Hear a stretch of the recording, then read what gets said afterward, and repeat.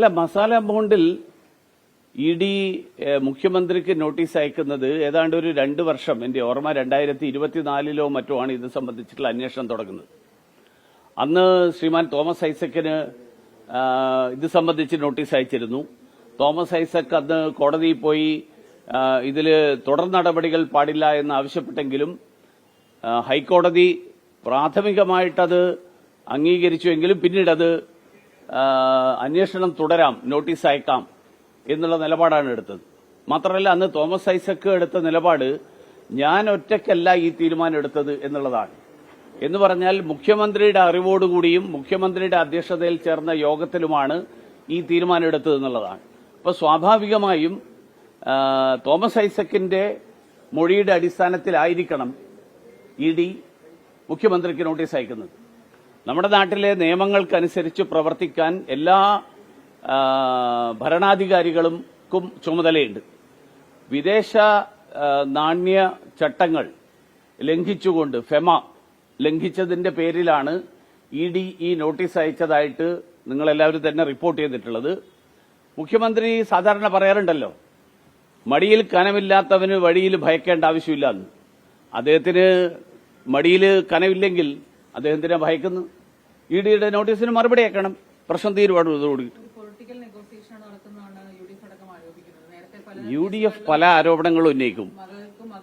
ഞാൻ പറയട്ടെ, U D എഫിന്റെ തന്നെ നേതാവായിട്ടുള്ള രമേശ് ചെന്നിത്തല പറഞ്ഞിരിക്കുന്നത് ഈ ഇ ഡിയുടെ നോട്ടീസ് ശരിയാണെന്നാണ് അദ്ദേഹം തന്നെ പറഞ്ഞിട്ടുണ്ട്. അപ്പൊ യു ഡി എഫ് പല സ്വരത്തിൽ സംസാരിക്കും, അതിൽ എല്ലാ സ്വരങ്ങളും മറുപടി അർഹിക്കുന്നതല്ല.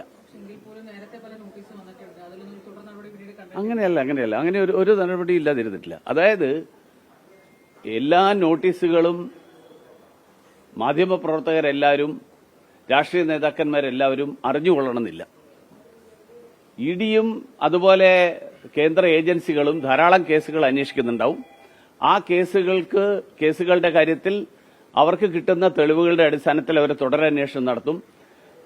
നമുക്ക് ആശങ്കിക്കാനും ഇപ്പൊ നിങ്ങൾ ചോദിച്ചതുപോലെയുള്ള ഇത്തരത്തിലുള്ള ചോദ്യങ്ങൾക്ക് പ്രസക്തി വരുന്നത്, ഒരു കേസ് അന്വേഷണം ഉപേക്ഷിച്ചു എന്ന് ഇ ഡി കോടതിയിൽ ഇത് ക്ലോസ് ചെയ്യാൻ വേണ്ടിയിട്ട് ഒരു സബ്മിഷൻ കൊടുത്തു എന്നിരിക്കട്ടെ, അപ്പൊ ഈ പറഞ്ഞത് ശരിയാണെന്ന് സമ്മതിക്കാം.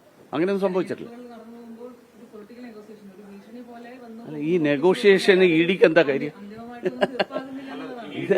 അല്ല, അതറിയോ, ഞാൻ പറയട്ടെ നിങ്ങളെല്ലാവരുടെയും പ്രശ്നം എന്താ വെച്ചാല്, നിങ്ങൾ ഈ കൊച്ചിയിലും കേരളത്തിൽ നിന്നിട്ട് കേരള പോലീസ് പ്രവർത്തിക്കുന്നത് പോലെ മുഖ്യമന്ത്രിയുടെ ഓഫീസിൽ നിന്ന് ഫോൺ കോൾ ചെല്ലുന്നു, പോലീസ് അവിടെ ചെല്ലുന്നു, അന്വേഷിക്കുന്നു. ഇപ്പൊ ഇവിടെ തന്നെ നിങ്ങൾക്ക് എല്ലാവർക്കും അറിയാലോ, മാധ്യമ പ്രവർത്തകർക്കെതിരായിട്ടടക്കം കേരള പോലീസ് നടപടികൾ എടുത്തിട്ടുണ്ട്. കാരണം എന്താ? മാർക്സിസ്റ്റ് പാർട്ടിക്ക് അസുഖകരമായിട്ടുള്ള ചില ചോദ്യങ്ങൾ ചോദിച്ചതിന്റെ, ചില റിപ്പോർട്ടിംഗ് നടത്തിയതിന്റെ പേരിൽ എൻഫോഴ്സ്മെന്റ് ഡയറക്ടറേറ്റും കേന്ദ്ര സർക്കാരിന്റെ ഏജൻസികളും അങ്ങനെ പ്രവർത്തിക്കുന്നതല്ല. അതുകൊണ്ട് പൊളിറ്റിക്കൽ നെഗോഷിയേഷന്റെ ഒന്നും ഭാഗമായിട്ട് ഒരു കാലത്തും ഇ ഡിക്ക് ഭാഗമാകാൻ കഴിയില്ല, ഇപ്പോഴും ഇല്ല. ചോദ്യം ചെയ്യേണ്ട സാഹചര്യം ഉൾപ്പെടെ വിളിക്കുമല്ലോ, തീർച്ചയായിട്ടും വിളിക്കുമല്ലോ.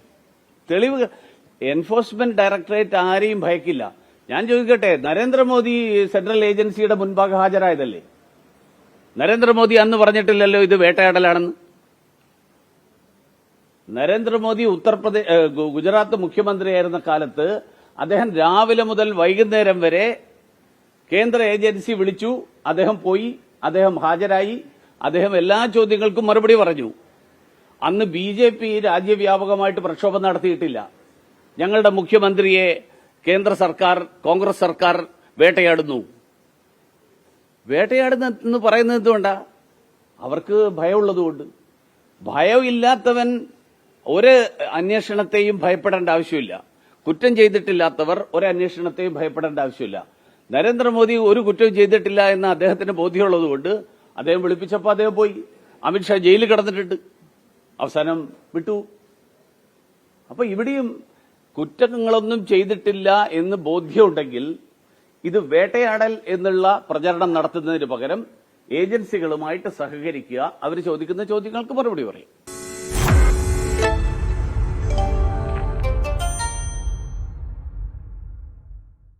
ലോകത്തെവിടെയായാലും ഏത് സമയത്തും 24 വാർത്തകളും ഓഗ്മെന്റഡ് റിയാലിറ്റി പാക്കേജുകളും എക്സ്പ്ലെയിനറുകളും വിശദമായി കാണാൻ ഞങ്ങളുടെ യൂട്യൂബ് ചാനൽ നിങ്ങൾക്ക് സബ്സ്ക്രൈബ് ചെയ്യാം.